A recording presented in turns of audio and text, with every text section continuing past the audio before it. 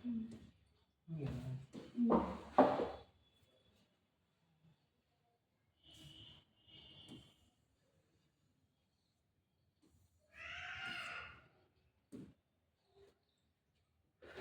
आज हम लोग हिंदी का चैप्टर 6 10th क्लास के लिए बिहार बोर्ड के लिए पढ़ने वाले हैं।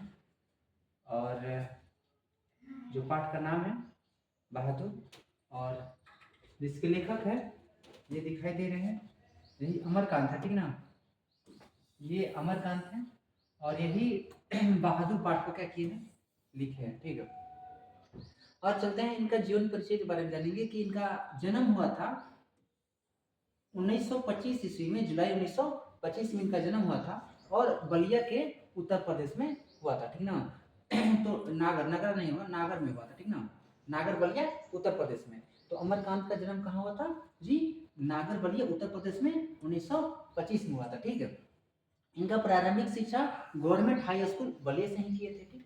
और 1942 के स्वतंत्रता आंदोलन में भाग लेने के कारण जो इनका पढ़ाई था क्या रहा, बाधित रहा, मतलब कि अच्छी तरह से पढ़ाई नहीं कर पाए, ठीक ना। फिर 1946 में क्या कहलाता है कि इंटरमीडिएट की पढ़ाई पूरा किए, और 1946 में इन्होंने पढ़ाई पूरा करने के बाद कहाँ से किए थे, सतीश चंद्र कॉलेज बलिया। तो इंटरमीडिएट का पढ़ाई कब पूरा हुआ था, 1946 ईस्वी में पढ़ाई हुआ था। बीए किए थे इलाहाबाद विश्वविद्यालय से किए थे 1947 में, ठीक ना। अगर ये बात करेंगे इनके कार्य जीवन के बारे में, तो ये सैनिक भी रहे थे, ठीक ना, 1948 ईस्वी में, और आगरा में, कहाँ पर, आगरा में, ठीक ना। चलिए आगे क्या बोल रहा है थोड़ा सा,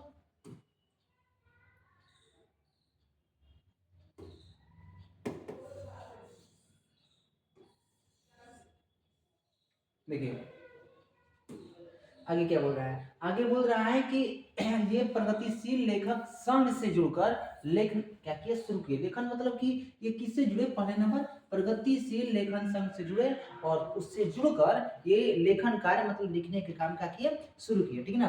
कौन, तो इसके लेखक कौन है, अमर कौन लेखक है, अमरकांत। थोड़ा सा मतलब कि ठीक लिखा लगा है ना।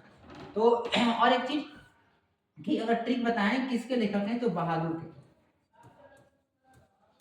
बहादुर पाठ के लेखक कौन है, अमरकांत। यदि हम बात करेंगे कि कुछ इसका ट्रिक है सर, तो हर ट्रिक है, जैसे कि जो बहादुर लोग रहते हैं ना, जैसे कि कौन, भगत सिंह, अगर बात करेंगे भगत, हो गया भगत सिंह, जो भगत सिंह थे ये क्या थे, बहादुर थे, ठीक है। और जो बहादुर लोग होते हैं जब मरते हैं तो क्या हो जाते हैं, अमर हो जाते हैं, क्या हो जाते हैं, अमर हो जाते हैं, ठीक है, अमर हो जाते हैं। तो क्या कहलाता है कि वही याद रखिएगा, तो बहादुर लोग मरते हैं तो क्या हो जाते हैं, अमर हो जाते हैं, इसके लिए कौन हो जाएगा, अमरकांत हो जाएगा, ठीक। यदि बात करेंगे इनकी प्रमुख जो उपलब्धि है, तो प्रमुख उपलब्धि में डिप्टी कलेक्ट्री आता है, ठीक ना। ये जो कहानी पुरस्कृत है, मतलब कि डिप्टी कलेक्ट्री जो इनकी कहानी है, ये इसको पुरस्कार भी मिला है, ठीक ना। इनके ये क्या कहलाता है कि कहानी के लिए साहित्य अकादमी पुरस्कार भी इनको प्राप्त है, ठीक। प्रमुख यदि रचना के बारे में बात करेंगे, ठीक ना, तो प्रमुख रचना में कौन सा आता है, जिंदगी और जोक आता है। प्रश्न ये बहुत यही है, इंपॉर्टेंट है कि जिंदगी और जोक के लेखक कौन है, या जिंदगी और जोक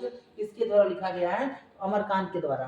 देश के लोग किसके द्वारा भी लिखा गया है, अमरकांत के द्वारा। और मौत का नगर ये बहुत बार आ चुका है, अमरकांत,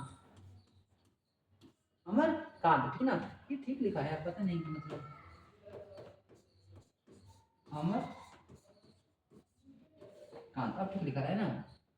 चलिए, और मित्र मिलन भी किसके, ये बहुत इंपॉर्टेंट है, जो बुक है यहाँ पर जो दिखाई दे रहा है आप लोग को, बहुत इंपॉर्टेंट है। जिंदगी और जो किसके लेखक, अमरकांत का। और देश के लोग किसके हैं, अमरकांत का। और मौत का नगर अमरकांत का, और मित्र मिलन अमरकांत का। ये इनका क्या हो गया, प्रमुख रचनाएं हो जाएगा, ठीक ना।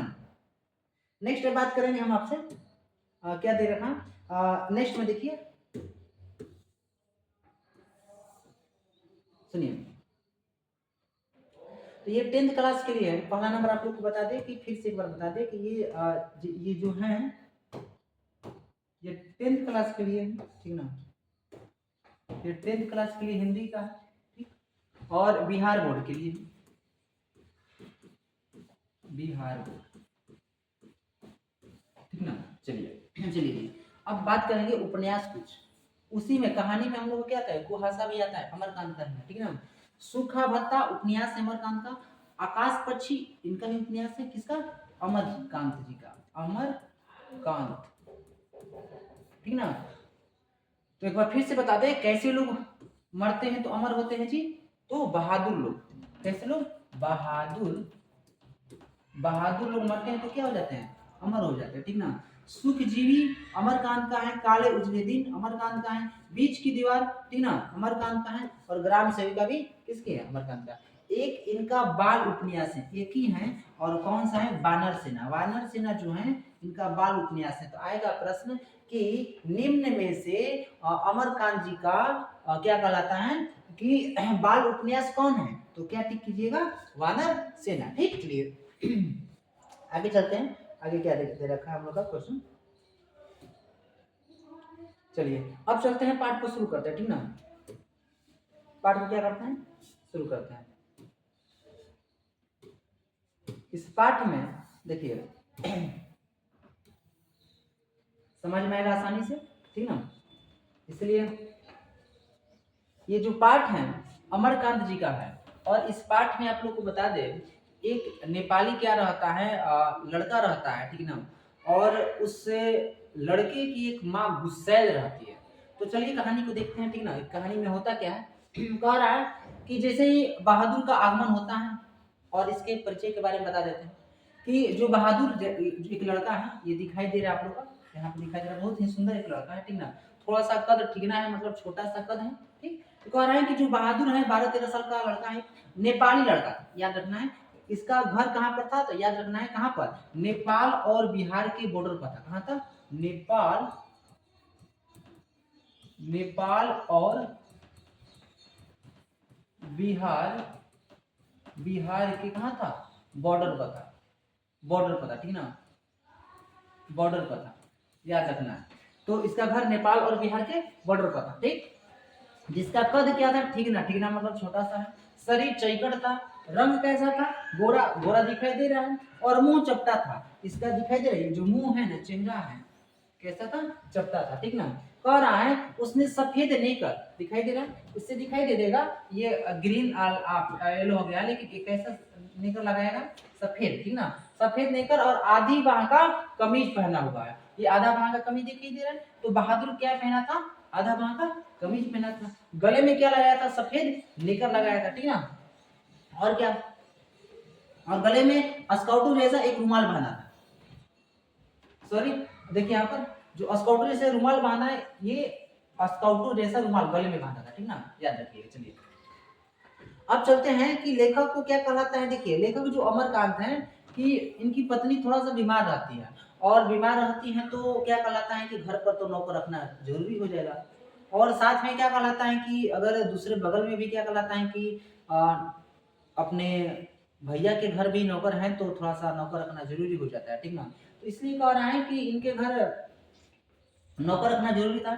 नौकर रखने का कारण क्या था, तो लेखक के साले साहब उसे लेकर आए थे। याद रखना है कि बहादुर को कौन लेकर आया था, लेखक के साले साहब, ठीक। और लेखक के अन्य रिश्तेदारों के पास नौकर थे, लेखक के जो रिश्तेदार थे उनके पास भी नौकर थे, ठीक ना। जिन्हें देखकर कह रहा है देखकर लेखक और उनकी पत्नी निर्मला के मन में नौकर रखने की तीव्र इच्छा लगी। तो रिश्तेदारों के पास ये दिखाई दे रहा है ना, ये रिश्तेदार इनके, और ये लेखक की पत्नी है, इनका नाम है, इनका शुभ नाम लिख देते हैं, क्या नाम है जी आपका, इनका शुभ नाम है, इनका शुभ नाम है निर्मला जी, नाम है निर्मला, क्या नाम है इनका, निर्मला नाम है। तो याद रखना है कि लेखक की पत्नी का क्या नाम था, अरे जी हाँ जी निर्मला जी, ठीक ना। अच्छा निर्मला नाम सुना सुना लग रहा है मुझे, ठीक ना। तो क्या नाम था, निर्मला नाम था, ठीक, याद रखिएगा। तो ये इनको देखकर इनके भी क्या कहलाते हैं, दिमाग चकराने लगता है कि इनके घर क्या कहलाता है कि नौकर है, हमारे घर तबीयत खराब रहबे करता है तो नौकर रखना तो जरूरी हो ही गया है, ठीक ना। तो और इस तरह से बहादुर का अतीत अब जो बताते हैं कि जो साले साहब लाए थे, जिस लड़के को साले साहब लाए थे नौकर के रूप में, ठीक ना, वो जो बहादुर ये दिखाई दे रहा है, ये किसके घर आया है, लेखक अमरकांत के घर आया है ये लड़का बहादुर। और कौन लेकर आया है बताए, साले साहब लेकर आया है। तो आखिर में क्या कैसे पहुंचा इनके घर, चलते हैं थोड़ा सा बहादुर के बारे में, बहादुर के अतीत के बारे में जान लेते हैं, बहादुर के पीछे के बारे में जान लेते हैं, ठीक ना। वह नेपाल बिहार की सीमा पर स्थित एक गांव, अभी पहले ही बताया है, नेपाल और बिहार के बॉर्डर मतलब सीमा पर एक गांव था, ठीक ना। आगे बताएं आपको, एक गांव था और उसी गांव में क्या कर रहा था बाबू,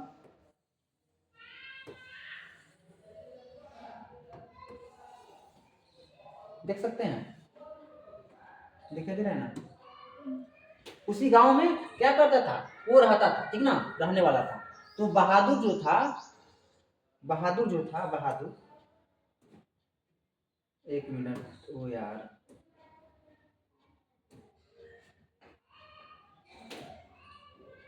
चलिए, जो बहादुर था वो कहाँ का रहने वाला था, नेपाल, और एक बार फिर से बता रहे हैं, नेपाल